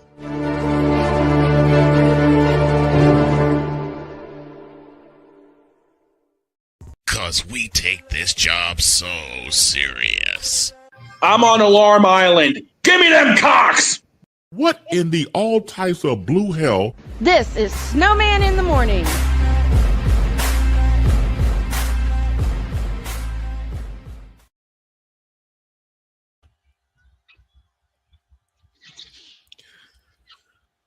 Halfway home in hour number 2, and we will continue to honor the memory, and I can't believe I'm saying memory, of one Chris Bass. And I had someone over the weekend ask me why I'm still playing that commercial, even though our dear friend has passed on. It's a way for us to honor him because for 2.5 years, he closed out Fridays for us, and it was so hilarious when he did, which is why I made the decision to keep rolling the commercial, and also why I made the decision, and I'm starting to cry, to unearth the Boom Shakalaka beginning the week of Labor Day. All right. Time to party like it's 1999 because the Spurs and the Knicks will be playing for the NBA World Championship. And yes, I said it correctly. The NBA World Championship. Meanwhile, the Carolina Hurricanes in the Stanley Cup Final. Oh, yeah, they're cooking. But so is Vegas. Shut up. Someone's waiting for us.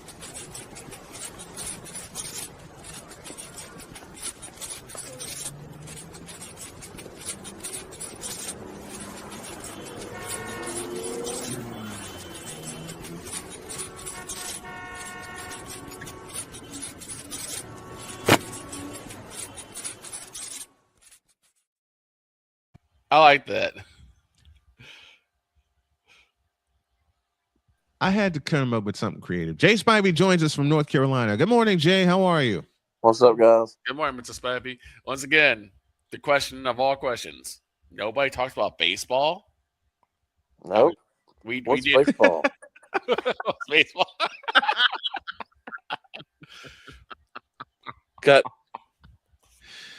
There were some great college baseball games over the weekend, including the the team that he supposedly roots for that's already advanced to the Super Regional. Wow. He's a homer for Carolina, but yet I guarantee he's not the much. He probably has no idea that Carolina even has a baseball team. Mm-mm. I can guarantee you that he doesn't know. And he doesn't know because I tried bringing it up a couple times, and I love watching college baseball. I absolutely love watching college baseball. Yeah. Try bringing it up. He wasn't having it. No. I don't know why. Probably never been to a college baseball game in his life. I don't really understand this because it seems like, from what I gather, it's like he didn't consider it like a black sport or consider a sport that black people want to listen to. I'm like, do you know many black people? Well, from what he said to us a couple times on air, he's like, I grew up with baseball and it just got to be boring. Well, if you really get to watch baseball, it's far from boring. Like, if you don't know baseball, you probably would think that. But if you know baseball, if you grew up around baseball, baseball's anything but boring. Yeah. It's anything but boring. I get tired of hearing that. It's just lazy to say that. Man. It's just, whether it be him or anybody else, it's just lazy to say that. There are so many things that go on with baseball. It's not even funny. So many things that happen. You hear funny? Try this. When I was down in North Carolina, before I got sick, he got wind of me covering Lewisburg College. Right. Do you know this guy wanted me to cover high school baseball while I was covering Lewisburg?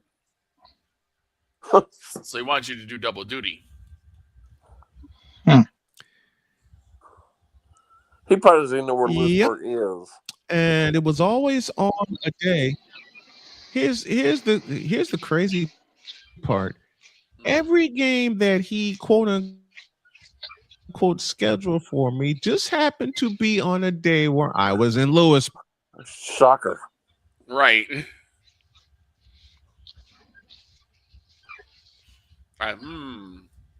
What And was then his, one of his associates asked me, "Why don't you come back and cover?" Why was this play-by-play self not down there covering them? One of his associates asked, because he doesn't like baseball. Because he doesn't like baseball. He admitted that. He admitted that to me. He admitted that to me out loud several times. Well, like a friend of mine and I've been saying The for the last story couple part. weeks. To repeat something. Like a friend Go of ahead, mine and Jay. I just said a couple weeks ago. I mean, excuse me. I've been saying for the last couple of weeks. He supposedly covers high school sports, but high school sports just ended in North Carolina on Saturday. The state championships just ended on Saturday. He did not cover a single spring sport for 3 months. You know what I love? You know what I love Guarantee he covering, couldn't and I name a hope to player get or back to team doing doing this. well. Right. You know what I hope to get back to covering? That's crazy. Next It year. is. I want to cover a high school. I want to cover a high school state championship, because the last time I did that was 2018, when I was going through hell in a handbasket, and a good friend of mine with the IHSA, I emailed him and I told him I wanted to cover the baseball state finals, and I asked how much would a media rights fee be, and he told me, and I said, I don't think I can make, because I don't have it. You know what that young man did for me? He said, "Come on down to Joliet. We got you."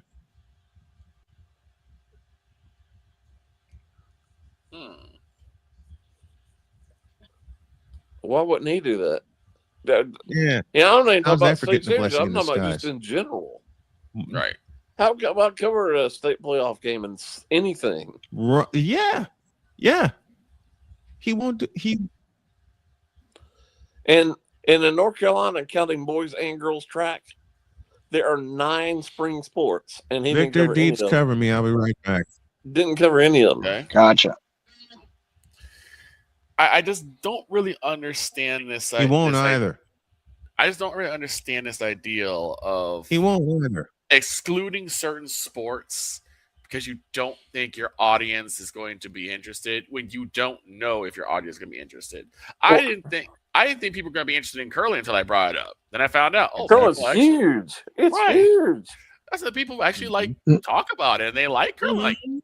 Who knew? But if you don't ask, if you don't put it out there, you'll never know, and then you lose that part of the audience. We made fun of when Victor and I first got started together. We made fun of curling because we didn't know what it was. Then we watched it. It's huge. It is huge. Why do you think? You think NBC would cover curling if people didn't care? Then we. And it's on every single day, all day long on the Hell no. NBC took full advantage of that. I just find that funny. NBC took full advantage of that.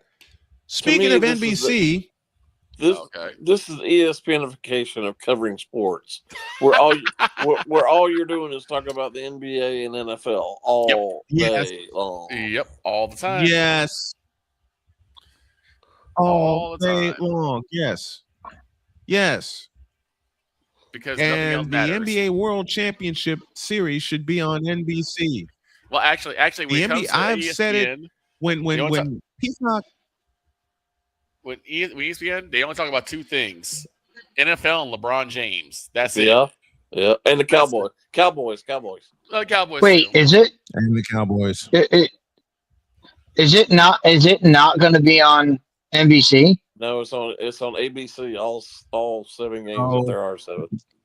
Oh, okay. So it is on. All right. So ESPN got the national. They have the final. Yes. They had That's the finals weird. in both high. ESPN's This year they had the finals in both NHL and NBA. Wow. Mm-hmm. I would have loved to have seen some of the NBA finals on NBC. I mean, it will be next year. Okay. You know what? Next year they'll have the World Championship Series, but this year because Mike Tirico is awesome. Okay, I love you, Mike Breen. Don't get me wrong, Mike Breen has been the voice of the NBA World Championship for many, many years. You can't tell me there's not going to be a little bit of bias coming out of him because his Knicks are in the championship. Mike Breen covering the Knicks in the finals. That's gold right there. Well, to me, I heard this the other night, and I love him. I really do. I like Van Pelt a lot. But he got on there last week when the Knicks got in. He said, "We're going to be at all the Knicks home games," and I was like, "Well, you don't care about the teams in the West?" Right. So your network's covering all these games, and there could be 7 games, and you're only going to go to the games in New York? Right. You're not going to go to San Antonio at all? Man, if you ever get a chance to go to a game in San Antonio, Texas, take it. Yeah. Take it. Why wouldn't you? Because I have a very dear friend of mine, and I'm trying to get a word if he's going to come on tomorrow or not. His name is Bill Schoening. He covered the Spurs for 24 years. He was their radio voice. I want to get his thoughts on the World Championship Series, but that is tomorrow. It's a throwback series to 1999 with the Spurs and the Knicks. Man, I can't wait to see this series. But the problem that I have is I don't know how long the series is going to be. You know, last year you could tell with the Pacers and the Thunder that it's going to be that it's going to be a long series. You just could tell that. With the Spurs being so dominant in Oklahoma City, remember they won games 1 and 7 in OKC. I'll ask Jay to kick off this discussion. Do the Knicks even have a shot? Well, if you listen to ESPN, you think the Knicks are going to win the championship. Right. I don't know how the Knicks could be favored to win the championship. The West, it could either one of them, Oklahoma City or San Antonio. Either one of them should have been the favorite, no matter who would have won Saturday night. So the Knicks are favored? No, ESPN thinks so, but no. Any sane basketball fan doesn't think that. You know what? Listen. When the Spurs clinched the Western Conference title, my immediate thought was Spurs in 5. That's what I was at. Against Spurs New in York. 5, maybe Spurs in 6. The West is far and away a better conference than the East. The Knicks and has been have for the longest no time. competition. No, because after they were down 2-1 to, of all teams, Atlanta, they wound up blowing through Atlanta. They wound up blowing through Philadelphia, and they smacked Cleveland. And this brought up something that I asked you in the DM, Snowman, about how since the Knicks swept the Cavs and the Spurs still had, 2-3 games left in their series? Yeah. Play 3 other. Yeah, because by the time the Knicks swept the Cavs, It was 2-2 in the West. Right. How do the Knicks stay somewhat fresh? Because it's going to be tough for them to basically have next to no basically have so much time in between games. It's like what happened to the Hurricanes a couple weeks ago. Right. After having all that time off. I mean, Knicks would have 8 days off. I think it's 8 days off. Mm-hmm. I mean, They had 11 days off. The Hurricanes had 11 days off before they started the Western Conference. Excuse me. The Hurricanes had 11 days off before they started the Eastern Conference Final, and then in Game 1 they got pummeled by Montreal because now they weren't Carolina used to the pace. They weren't used to the pace. Now they won the next 4 games, and congrats to the Carolina Hurricanes, another team a certain someone won't talk about. Congrats to the Carolina Hurricanes for winning the Eastern Conference Final. This is the funniest thing. The team that is probably one of the most consistently good teams in Carolina, that particular person won't cover. Is the most consistently good team in North Carolina. There you go. There you go. I saw it I saw it in person of how that organization is run when I lived in Carolina. The Panthers that he covers nonstop. Not at all. It's not the Hornets. It's not the Panthers. It ain't UNC basketball. These are the Carolina Hurricanes. This is the team. This is a team that is competitive every single season. Yes, that's what I'm like. Why? Like, and they're not and Jay can vouch for me when I say this. The Carolina Hurricanes are the most consistent team in North Carolina, but again, and they don't get talked about enough. Again, it's the sport. It's the sport that they're. Well, I watched the post game when the Hurricanes won the other night, and all but one of the TNT guys on the panel, except for Gretzky, all picked Vegas to win. Gretzky was the only one who picked the Hurricanes to win. Now the Hurricanes had the second best record in NHL all season. How? And I know that Vegas has had a good playoff. I get that, and so the Hurricane. But everyone up there was like, I think Vegas should be the prohibitive favorite.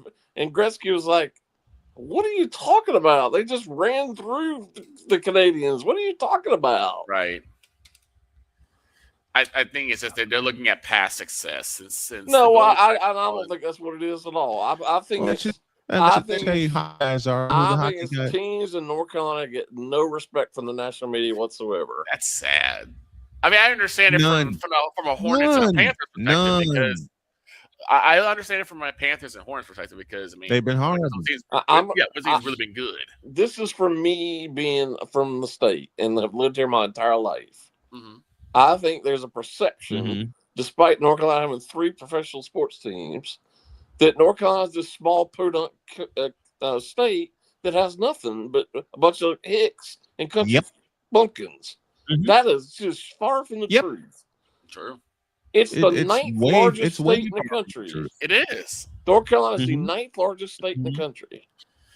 And I think that's what I said before about why is it like no top tier stars like when it comes to draft time or when it comes to like free agency. They for some reason they just don't want to go to Carolina. They're not coming to Charlotte. They're not. I'm like, why not? Because the Panthers here's why. But the NBA, they're not coming to the Hornets. They are not going to the Hornets. I'll tell you exactly why, and it echoes Jay's point. They think of North Carolina as a transient state. Right. They think of North Carolina as a place where they can park for a couple of minutes and then leave. They don't know the culture that surrounds Charlotte, North Carolina, or in the Hurricanes' case, Raleigh, North Carolina. No, it's just not the way the rules are set up in the NBA and the NFL is totally different. Right. They'll come to the Panthers because, I mean, if you're going to go play in Green Bay, you're going to go play in Charlotte. Right. So there's not a whole lot of difference. But Charlotte is not a destination for NBA players. It never will be. So they're going to build through the draft. Now, it is a destination, despite how they played over the year, it is a destination for the Hawks because since it's a mostly black league, blacks love Atlanta. They just love it. And Charlotte's not, although there are plenty of blacks in Charlotte, it's not like it's a mostly black They do. city. Mm-hmm. And that's why the Hornets will never be a I can destination for share free some agents. thoughts about Atlanta. Oh no. Right. Oh, I can share some thoughts about Atlanta. The Squawks. One Saturday, one weekend, while the wife and I were living in North Carolina, she had to. Well, we were raising rabbits at the time, so she spotted and bought a rabbit that lived in North Carolina. I said, "All right, let's go to Atlanta." Bad idea. Rabbit was Atlanta. Bad idea. Man, very bad idea. We were going to leave at 4 a.m. because it was an 8-hour drive from Raleigh to Atlanta. Man, I barely closed my eyes, and my wife, my eagle-eyed wife, woke me up and said, "We're leaving now." Huh? She said, "Trust me, we're leaving now." When we got to Atlanta, the traffic was horrible. Well, no surprise there. Nope. It's always bad in Atlanta every day. Nope. No surprise. I mean, listen. We drove there on a Saturday. Keep that in mind. We drove there on a Saturday. You would think, my stupid behind would think there was no traffic on Saturday in Atlanta. And boy, I was proven wrong the moment we crossed the bleeping state line. Yep. Oh boy. 85 is bumper to bumper. Oh my God. Bumper to bumper. We had to drive 85 to get to Atlanta. When we crossed the state line from North Carolina into Georgia, yikes. Bad. It's Michael Bumper Jackson. to bumper to bumper to bumper to bumper. Oh my gosh. We especially if you get between about within an hour of Atlanta, it is literally bumper to bumper. Oh my God. That traffic nearly made me throw up. It was that bad. That is bad. That's terrible. It was that bad. Now, I am from Chicago. Chicago will always be home to me. Oh, right. I've driven in Chicago traffic. I can deal with driving in Chicago traffic. I don't even want I-90. Oh God, the doggone Dan yes, Ryan. with all the toll roads and everything. 55. Oh my God. Well, actually, 55 is probably the most tame, but whew. 55 is tame compared to what we saw in Atlanta. Oh my. 55 is tame here in Chicago. 55 is tame. 94 is tame compared to what Jody and I saw in Atlanta. Right. And to think I wanted a picture of Mercedes-Benz Stadium, I looked at Jody and she looked at me and she said, "We're getting this rabbit. And we're getting the hell out of here." Which is almost in downtown Atlanta. Right. Good luck. Yeah. Good luck. That is please. Good luck indeed. Good luck indeed, man.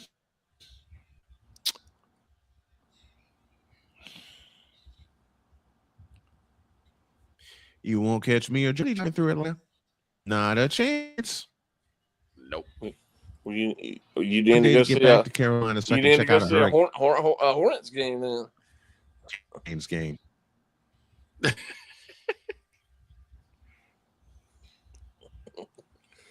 A Hornets game. You talking about an inconsequential team? There you go. There you go. I did. Listen, I did a Hornets game. The Cleveland Granted, Browns it was for NBA. Spurs Radio because I was the statistician alongside Bill Shoney. Mm-hmm. That's exactly what they are. Cleveland Browns. That's exactly what they are. Now, the Hornets game that I covered in 2020. First of all, there were fans there. Thank the Lord for that. Second of all, I was with Spurs Radio. I can't tell you how many people were asking me, am I covering the Hornets? Mm-hmm. And to God, people were asking me if I was covering the Hornets, and I had a press pass on that clearly said Spurs Radio. So wait, they can sit there, they can read, I'm assuming, they can read. You have something that says Spurs Radio, and you're like, are you covering the Hornets? Jay? Yes. Mr. Spivey? Yes. You can vouch for me on this. It happens. Oh, it happens all the time. That's crazy. It happened to me. Happened to me last year at the not this past year, but last year at the NASCAR Clash. Oh, really? Yes. Oh no. Oh no. And that's not the first time this ever happened, but that was probably one of the worst I've seen. Jeez. They had my name on the list, but they had nowhere for me to sit. Well, we didn't get your name. Like, well, at the time I was the track writer for the stadium. Right. For the regular circuit over there. Right. Yeah. Yeah. And like, oh, we have nowhere for you to sit. And they actually escorted me, acted like I was a criminal, upstairs where the photographers were. I wasn't allowed to sit with the regular reporters. Snowman? Because we had nowhere for you to sit. Snowman? They escorted me up there. I have one name. I have one school name for Snowman. He's going to know exactly where I'm going with this. DePaul. Snowman had me do a game. It was a public league semifinals, I think. Yes. Now, mind you, it's blistering cold, Mr. Spivey. So I'm trying to get to DePaul. And I was out of town. Yeah, he was out of town. Get there. Now, Snowman told me, I got everything set up for you. They know you're coming. They should bring you right into the stadium, to the gym. Yep. You're good. I get there. I'm like, I made that call to the folks in charge 1 week prior to the public league semifinals.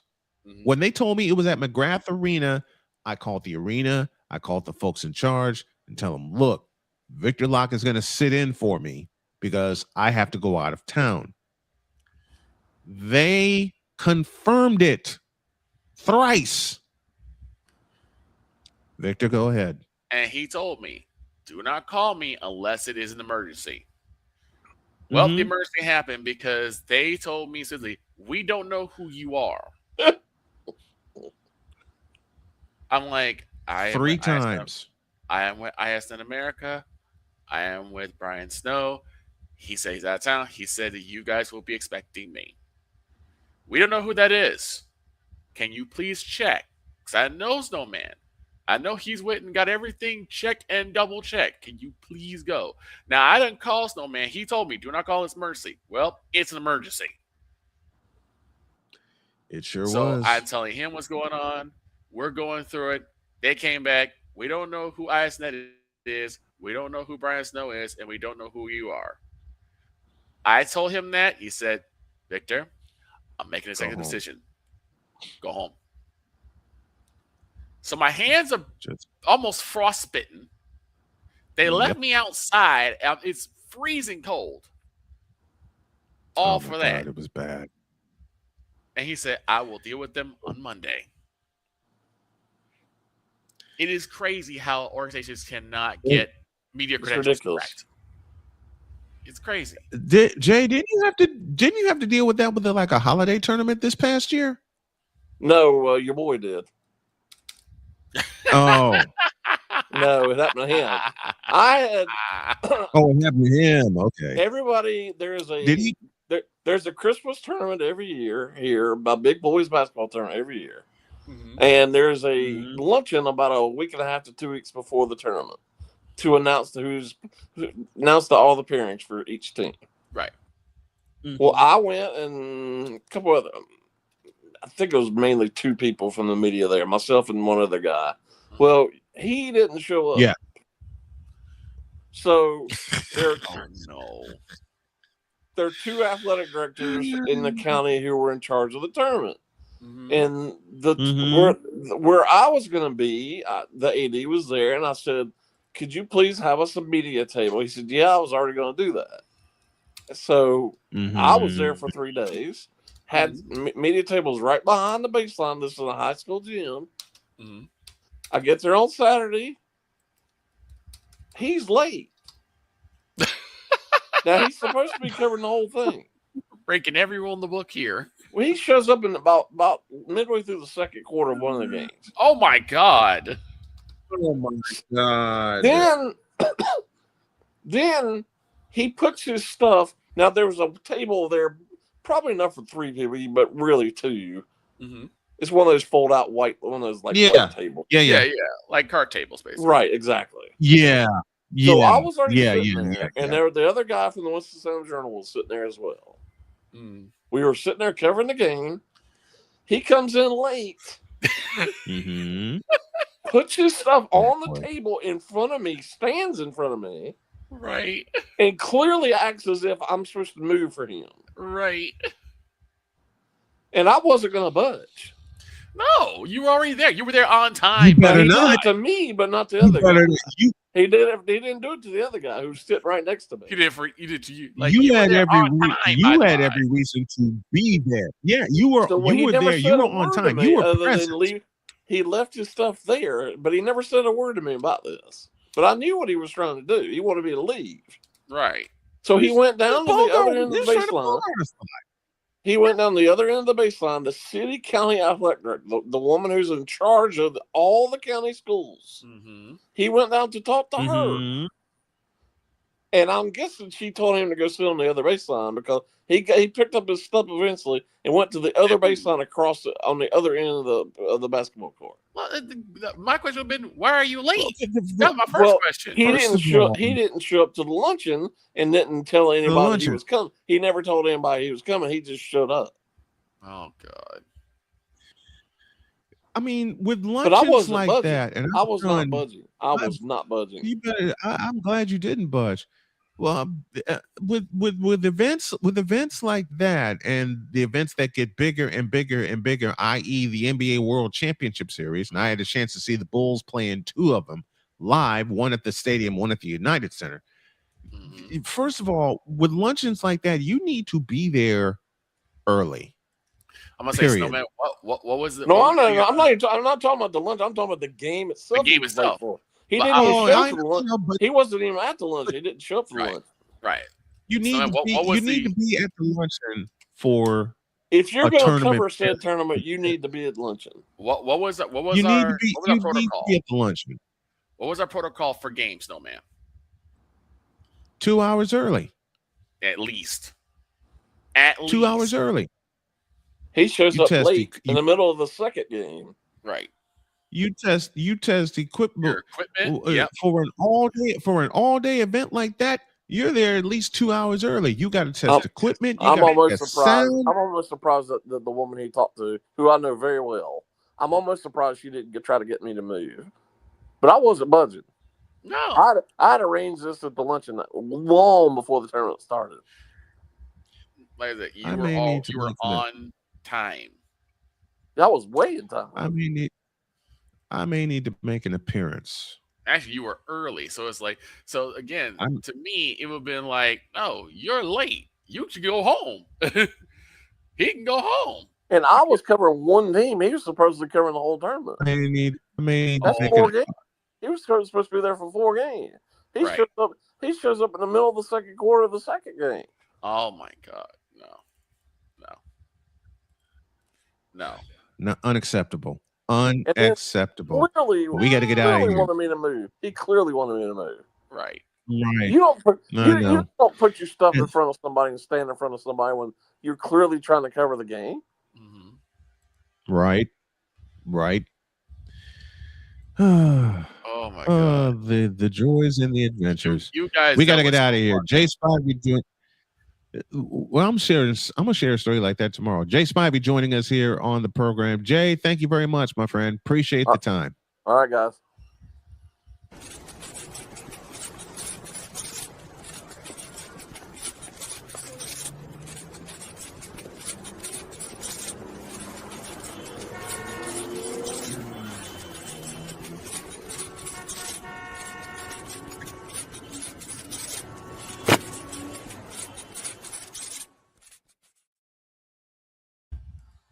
May need to make an appearance at said tournament. Oh no! Find a way to pull it off too. Here. That's what I was waiting for. Good. Have a great day. God bless. Remember to make your next move your best move, and always remember: if your dreams don't scare you, they are simply not big enough. Dream big, do bigger. We are. We hope y'all are too. So long, everybody.